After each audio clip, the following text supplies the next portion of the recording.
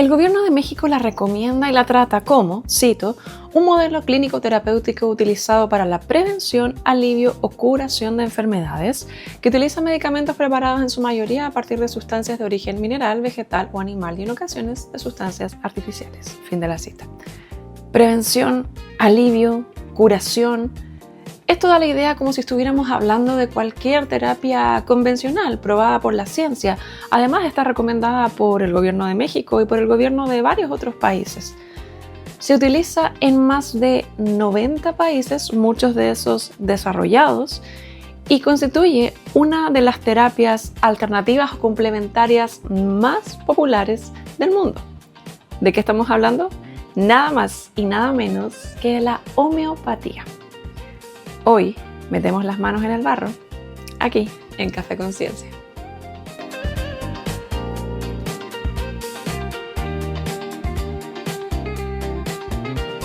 Primero, un poco de historia.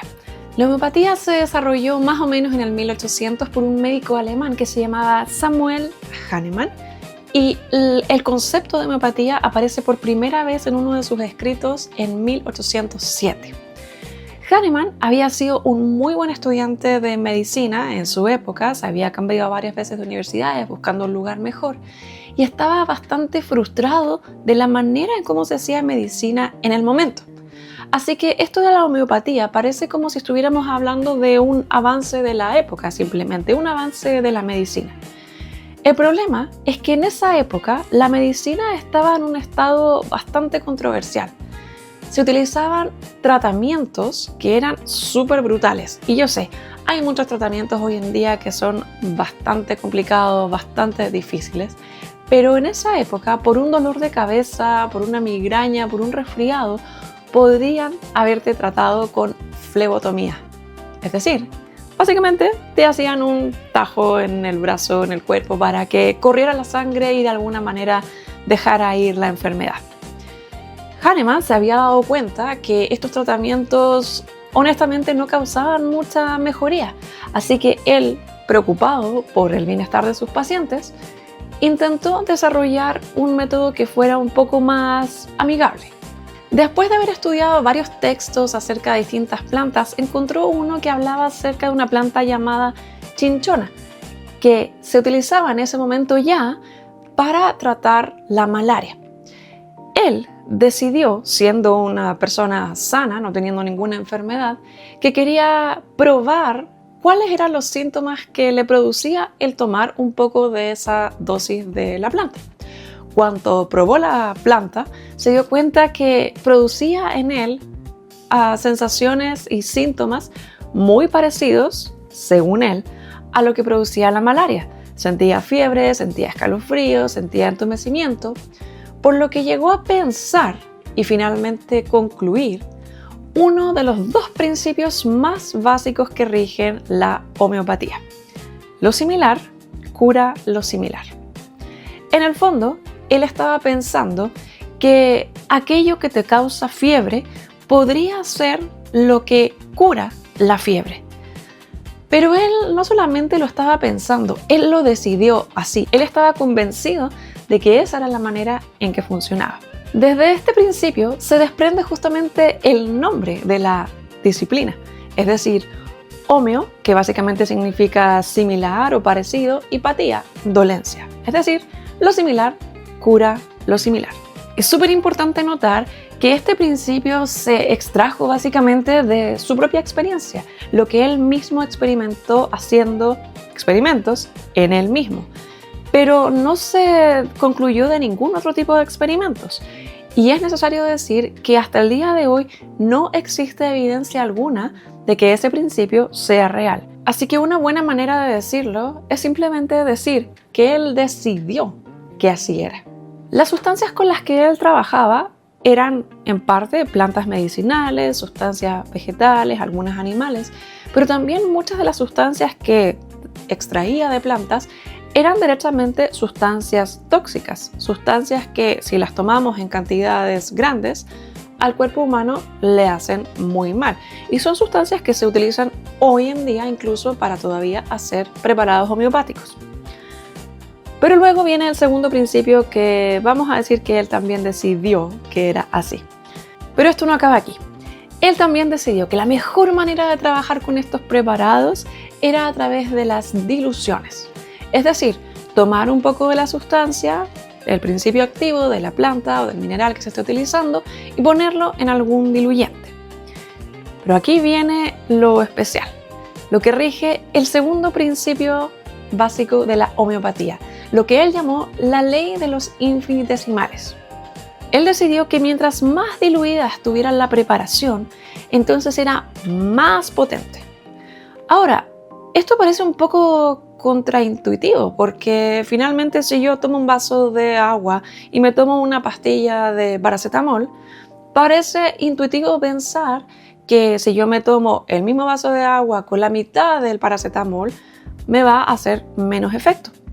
Pero Hahnemann estaba convencido de que esto no era así y que mientras más pequeña fuera la dosis de la sustancia activa, entonces más potente sería este preparado homeopático. Pero ok, seamos honestos, nuestra intuición lógica muchas veces falla. Así que hagamos una pequeña explicación de cómo eran estas diluciones, de cómo son incluso hoy en día estas diluciones, y juzguen ustedes mismos si esto tiene sentido o no. Originalmente, Hahnemann había propuesto lo que se conocía como una dilución centesimal, es decir, él tomaba una parte de esta sustancia activa que él creía que era lo que iba a mejorar cierta enfermedad y la diluía en básicamente agua destilada, pero que tuviera la cantidad de 100 veces más que el principio activo, es decir, una parte de la sustancia en 100 partes de agua. Y con eso entonces lo que tenemos es una dilución de 1C. Eso es lo que Hahnemann llamaba un preparado homeopático de 1C. Pero la dilución 1C no es ni por lejos la más común dentro de la homeopatía. De hecho, lo que se usa normalmente es algo así como 30C, 40C y así para arriba. ¿Pero qué significa esto? Bueno, un preparado 2C sería tomar esta preparación que tengo acá, tomar una parte de esta preparación y diluirla nuevamente en 100 partes de agua. Cuando la mezclo entonces, tomo este preparado y esto es una dilución 2C. 3C sería nuevamente tomar una porción de esto y ponerla en un vaso con 100 partes de agua. Y así vamos subiendo. Hahnemann recomendaba que uno de los preparados ideales era de 30C. Es decir, tuvimos que repetir este proceso 30 veces. Y lo interesante de este proceso es que no era solamente simplemente mezclarlo, sino que él decidió también, nuevamente, ojo con la palabra, que lo que había que hacer era, para agitarlo, era golpearlo con algún tipo de material elástico.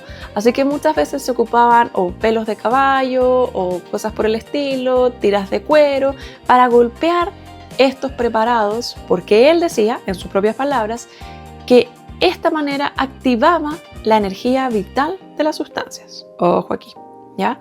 Esto nuevamente no tiene ningún tipo de evidencia, pero bueno, para la época vamos a perdonarlo.